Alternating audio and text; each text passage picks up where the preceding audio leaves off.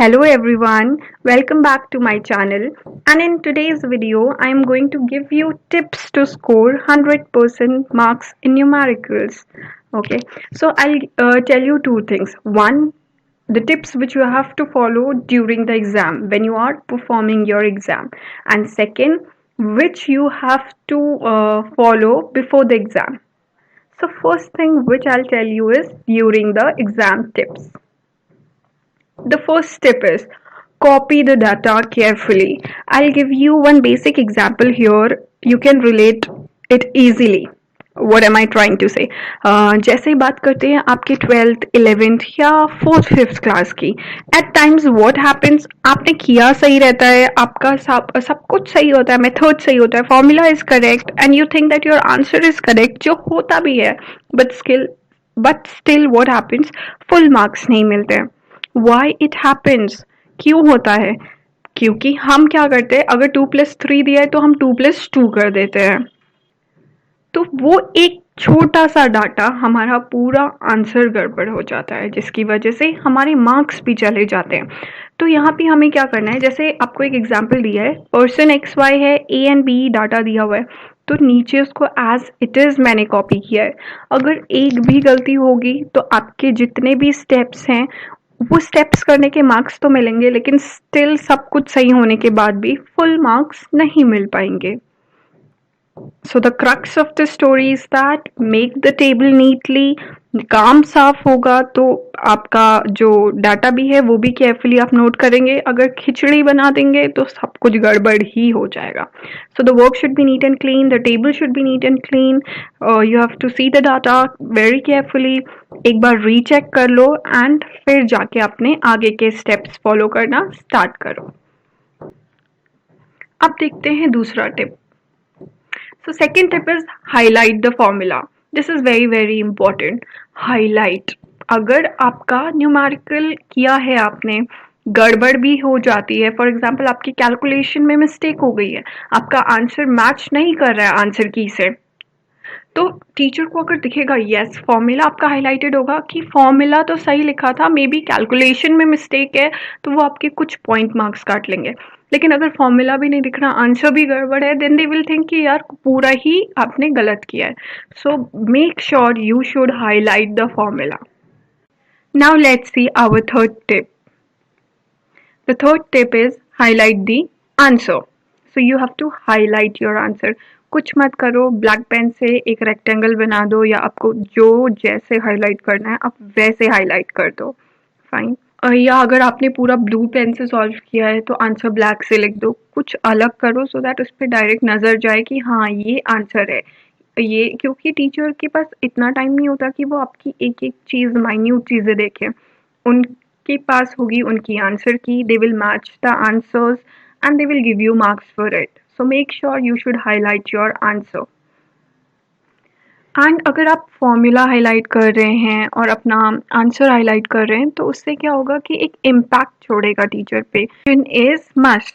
So the fourth tip is you should write conclusion in the end, and I will give you example for this. First condition, when critical value is given to you. अगर आपको critical value दी हुई है, कोई भी numerical है उसका critical value दिया हुआ है, तो आप कंक्लूजन इस तरीके से कर सकते हैं जिसमें आप पूरा नल हाइपोथेसिस की बात करेंगे एंड प्रॉपर डिस्क्रिप्शंस देंगे चीज़ों की. और अगर नहीं दिया है आपके पास critical value, then what you can do, you can basically write. अगर कैंडल स्टाउ पूछा हुआ है, that compute the Kendall's tau, then you can write in the end, in the conclusion you can write Kendall's tau for the given data is 0.05 and you can underline your 0.05 here. इतना basic है. Conclusion लिखेंगे तो वो बहुत अच्छा है आपके लिए, आपको उसका एक्स्ट्रा मार्क्स मिलेगा. एक्स्ट्रा इन द सेंस ऐसे नहीं कि 6 मार्क्स का 7 मिल जाएगा, नो नो. कंक्लूजन के भी मार्क्स होते हैं, तभी वो आपको क्रिटिकल वैल्यू दे रहे हैं. फाइन. अगर 5 मार्क्स का है तो they give 1 mark for the conclusion. Depends, half भी दे सकते हैं, वो उन पे डिपेंड करता है उनकी आंसर की में उन्होंने कितने मार्क्स का कंक्लूजन रखा है, but it is must. The fifth tip, do write the steps. Step क्या किया आपने, एक एक स्टेप लिखना बहुत ज़रूरी है. In the same way you have to write the steps in the end. लेकिन अगर अनोवा टेस्ट आ जाता है तो वो ऑलरेडी इतना बड़ा आपका न्यूमेरिकल हो जाता है सॉल्व करने के लिए कि उसमें आपको स्टेप्स लिखने की नीड नहीं है। वो आपका हर एक स्टेप पे फॉर्मूला आप यूज़ करते हैं, तो उसमें आपको 10 में से 10 मिल जाएंगे अगर स्टेप्स नहीं भी लिखा है। But if you are doing Spearman और कैंडल स्टव, ये होते हैं आपके बहुत छोटे न्यूमेरिकल्स, इसमें ज़्यादा आपका टाइम टेकिंग नहीं है। तो इसमें तो आपको स्टेप्स लिखना ही लिखना चाहिए। एंड ये नहीं कि ओ मैं बुक लूँ और बुक से रट्टा मारूँ कि ये ऐसे स्टेप है, सेकंड ये है। नहीं, अब आपने पूरा न्यूमेरिकल सीख लिया कैसे करना है, अपने वर्ड्स में उसे सिंपल लैंग्वेज में स्टेप 1 स्टेप 2 लिख दो। फाइन, कोई भी रट्टाफिकेशन की ज़रूरत नहीं पड़ेगी। Next step which is very very important before exam. Exam से पहले क्या फॉलो करें कि अच्छे मार्क्स आएँ? तो सबसे पहली बात बहुत बेसिक है, स्टे पॉजिटिव। अगर पहले से ही ये लेके चल रहे हैं स्टैटिस्टिक्स बहुत टफ है, कुछ समझ नहीं आ रहा है, क्या है ये न्यूमेरिकल्स, फॉर्मूले क्या हैं, क्या थियोरेटिकल पार्ट करके चले जाएं, तो फिर तो इम्पॉसिबल हो जाएगा। And let me tell you, जितना टाइम आप थियोरेटिकल पोर्शन में लगाएंगे उससे ज़्यादा आपका मार्क्स गेन कर सकते हैं प्रैक्टिकल पार्ट में। अगर न्यूमेरिकल सॉल्व करेंगे तो शायद उससे आपका रिजल्ट और बेटर हो जाएगा। जितना आप थियोरेटिकल में टाइम वेस्ट करेंगे लर्न करने में, चीज़ें अंडरस्टैंड करेंगे, उससे बेटर अंडरस्टैंडिंग आपकी न्यूमेरिकल पार्ट में आ जाएगी। So very very important to stay positive. पहले से ही ये थॉट नहीं रखेंगे कि नहीं हो रहा so let's leave this thing.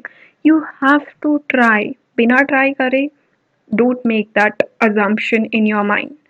Now next,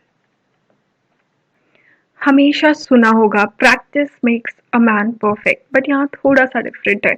practice does not make perfect, only perfect practice makes perfect. इसको अगर मैं रिलेट करूँ तो ये आपने हमेशा से बचपन में सुना होगा, winners don't do different things, they do things differently.